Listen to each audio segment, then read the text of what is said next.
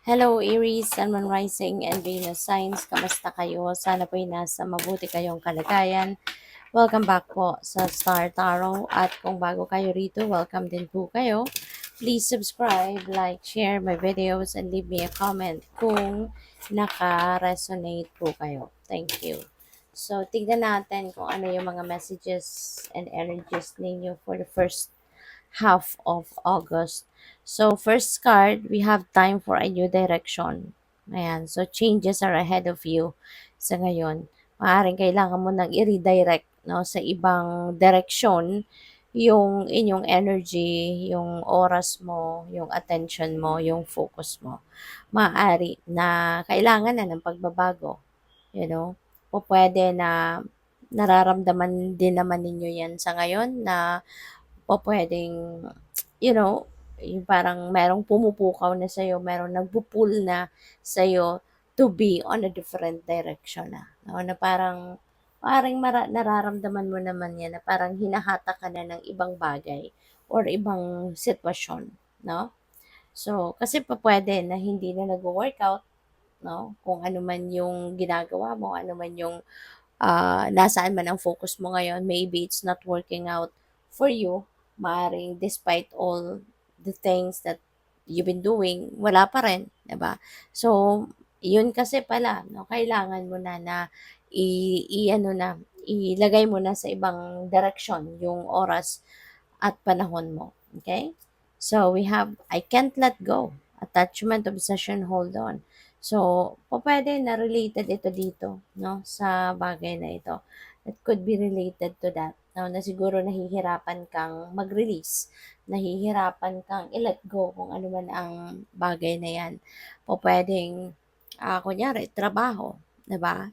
Alam mo na yung trabahong yan, hindi na, maaring hindi na beneficial para sa'yo, maaring yung ginagawa mo it's taking a toll on you already.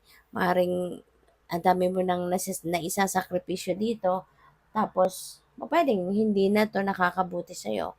Pero dahil siguro, just for the sake of meron kang hanap buhay, meron kang trabaho, even if it's taking a toll on you already, kaya po pwedeng hindi ka, parang hindi mo kayang i-give up, no? Not now, no? At least not now, yung parang gano'n. So, puwedeng related ito dito, you know?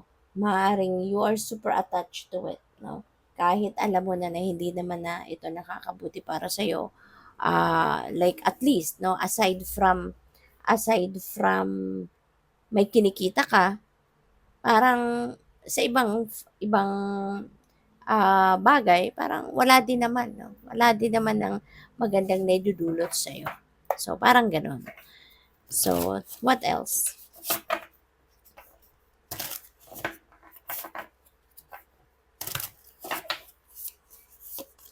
So, we have external validation and you don't need this, Aries. Hindi mo kailangan ng external validation, 'no? Kasi alam mo na, eh, mas kilala mo yung sarili mo. Okay?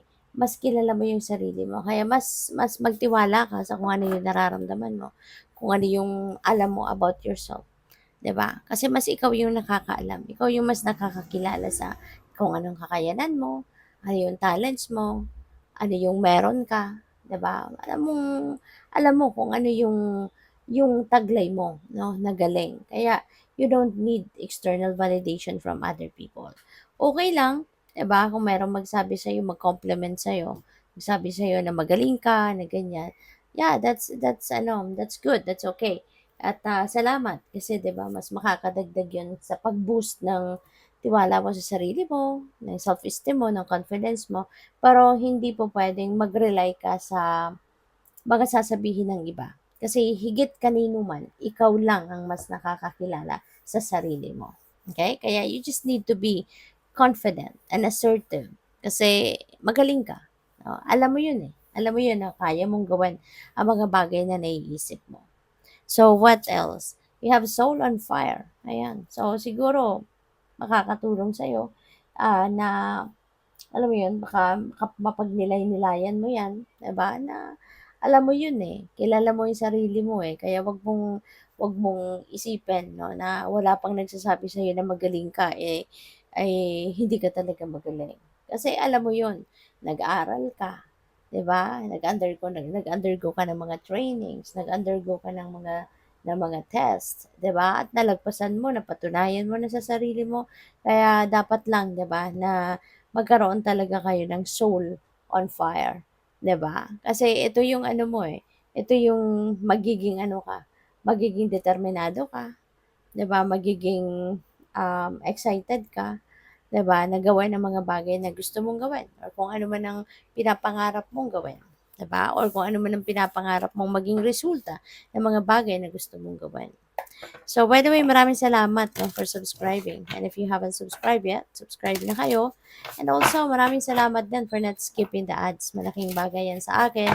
And also, please click the join button sa baba ng video kung gusto ninyo na mag-join kayo sa membership. Okay? Salamat po. So, we have Queen of Cups. Ayan. So, this is really nice, no?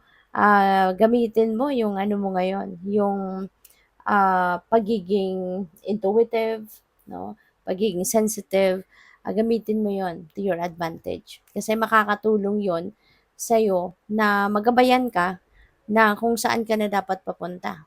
No? Kasi malakas ang inyong radar sa ngayon. You are going to be highly sensitive and intuitive at this time. So, kung ano man ang gabay sa'yo ng divine, ano man yung binibigay sa'yo na signs or, mga guidance, mas mabilis mong mapipick up yon, mas mabilis mong makukuha yon. Because, maano ka, ang tawag dito, matalas ngayon ang inyong pakiramdam, no? So, what else? We have Six of Swords. So, this is moving on energy, si Six of Swords. So, po pwede, no, na ang iba sa inyo rito, maybe you are leaving something behind or leaving someone behind you sa ngayon. At ito yung alam mong ano, makakabuti para sa'yo. No? Kasi maybe meron kang na-experience dito, no, in the past na, alam mo yun, toxicity. Kumbaga, na-experience mo yung being with a toxic person, na-experience mo being in a toxic situation. Kaya, po pwedeng for the longest time, nagtiis ka, nagtiyaga ka, nagsikap ka na makapag-adjust dito or maayos, no? Itrinay ninyong ayusin ng sitwasyon.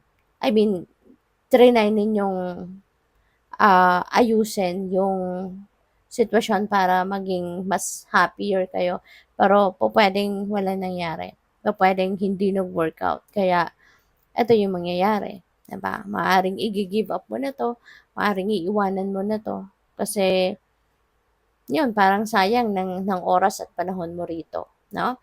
So, po pwedeng ito is related to this. No? Na time for a new direction. 'Di ba? May relocation diyan, merong aalis diyan, iiwanan mo physically, 'no, ang kung sino man ang tao diyan na, you're dealing with or kung ano man yung pinagdadaanan mo.